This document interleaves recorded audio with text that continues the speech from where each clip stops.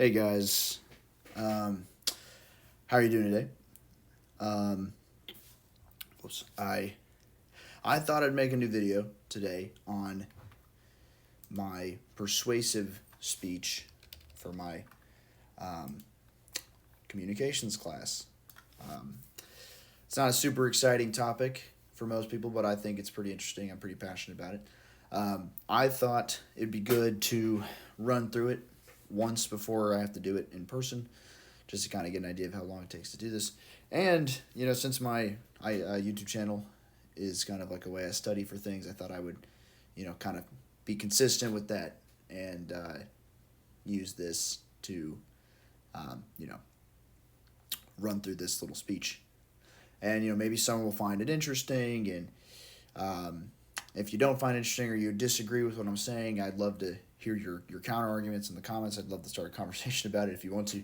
But anyway, let me get this timer pulled up and we'll get into it. 1 second. Okay.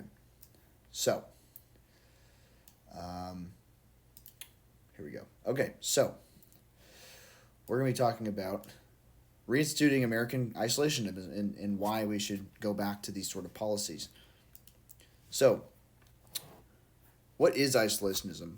Well, essentially, isolationism started in around the 1930s, following World War I and the Great Depression. The United States was in a really bad state of affairs, and we really just couldn't extend our reach very far, and so we kind of just isolated. And so isolation was first introduced in the 1930s, and it suggests that America should only trade with foreign powers instead of directly interacting overseas, and neutrality acts were passed to prevent the Navy from leaving the coast and the citizens from being entangled in foreign conflicts. It was based on 6 logics, capitalizing on national security, serving as a redeemer nation, advancing liberty and prosperity on the home front, and preserving freedom of action abroad, protecting social homogeneity, and promoting pacifism. And so after World War I, the United States withdrew from the global stage and appealed for these policies, and the fundamental idea was to avoid war in other parts of the world and freedom of action. For the period, isolation was necessary given the state of the world at the time. Europe was recovering from the First World War, and the United States was suffering from a depression. Given the depression and Hitler's rise to power, one might argue that isolation had to end, and it ultimately did.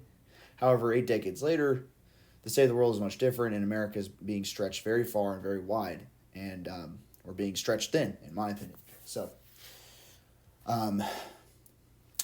today, I believe this will work again because we have an abundant amount of resources at our disposal, not just in our own country, but in our neighbors' countries like Canada and Mexico, who, I'll get into that later, but we have oil and gas reserves that, if effectively utilized, could bolster our economy, which would then allow us to industrialize and expand our home front manufacturing, just like in the 1950s and 60s, following World War II, and furthermore, drawing our military back to our coastlines to fortify our borders would act as a deterrent to attacks, as well as making us a sleeping giant that no other country would want to awaken.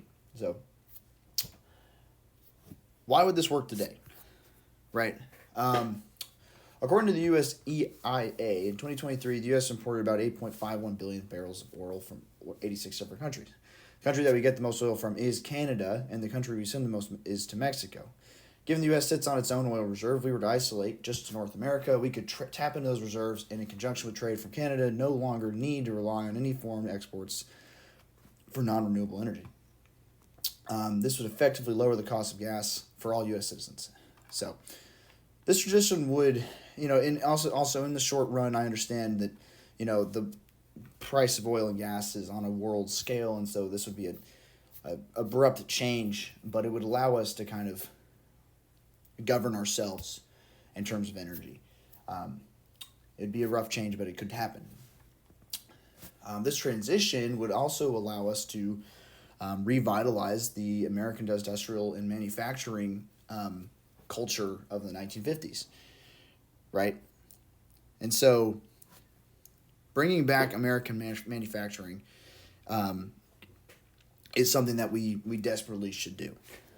And so in 1950, the U.S. manufacturing was 27% of our GDP and employed over 31% of the workforce. And now by 2010, that percentage has dropped to 12 and 9% respectively. And that is largely because we outsource manufacturing to low-cost countries like India and China. And the decline of U.S.-based manufacturing over the decades has led to an equal decline in innovation. And in this way, it hinders our country's ability to kind of grow. And furthermore, it takes jobs away from Americans as factories and assembly plants are outsourced, and it raises the threshold for what jobs are available and qualifications people need. It causes a larger divide between, low skill jobs and high skill jobs. It's kind of becoming a huge gap.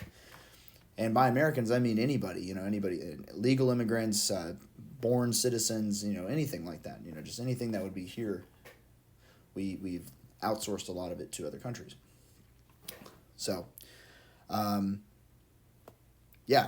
So, by focusing inward, we can revitalize this American industrialism that we saw in the 20th century following World War II. And by buffing up manufacturing back home, we can create more jobs and become more self-sufficient, save for, the occasional bout of world trade. Everybody needs the world trade anyway. So isolation would allow life to be blown into U.S. manufacturing once again and create a more diverse job market. If you think about it, not all people want to join the military, not all people want to go to college, and not all people want to go to trade school. And so having factories, manufacturing coming back would allow people to go out and get jobs, men and women, anybody. It would be really good. Next, I have reinforcing the United States with its own military, which I know sounds kind of redundant, but it is a issue that our country's military is spread all across the world. We have, our Navy and our men are all over the place. And so according to an article by Brown University, about almost half the U.S. federal discretionary budget is allocated to the DoD, and that's $850 billion in 2023, and half of that goes into military spending. So if you think about it, when our military is out and abroad, we're sending a lot of this money to these other countries, and we're paying for their protection out of our own pockets. In my isolationist view, I believe that we should bring all of those troops and ships and equipment back home and fortify our borders and coastlines, including Mexico and Canada, if we were so inclined, would allow us to, essentially buff up our own protection. And it would, make us stop being the police of the world, which I don't think we have any business being. The potential issues with these policies, of course, is that the United States has long been involved in the affairs of the world, and our military influence stretch all across the globe, and retreating to the homeland may create a power vacuum, possibly. Our oil reserves would deplete after about 5 years, given our current consumption level. However, in the long run, this could be circumvented by new oil and gas infrastructure, which has since been, depleted or rebuilt up by different political powers. Gas prices may drop in the short run, but under these certain policies, they could potentially rise again in the long run due to OPEC and global gas prices being the current standard. And then finally, our allies internationally may not appreciate us withdrawing from the global stage, but, again, America first. I think that should always be the policy, is that our country should come first because it's our country. We shouldn't be out there trying to save the world all the time. So, here are my sources about this. Pretty short video. We're supposed to be under 6 minutes. I went over, but I can definitely cut that down. But yeah, just as something I thought I could talk about for a long time. I'm very passionate about it, but I'd love to hear anybody's rebuttals or commentary or like anything I missed maybe, and maybe if there's better policies you have in mind, I'd love to hear about them. No, I don't have a lot of subscribers, but anybody that watches this video, I'm sure might find it a little interesting, but yeah, that's that, and hope you enjoyed the video, and wish me luck.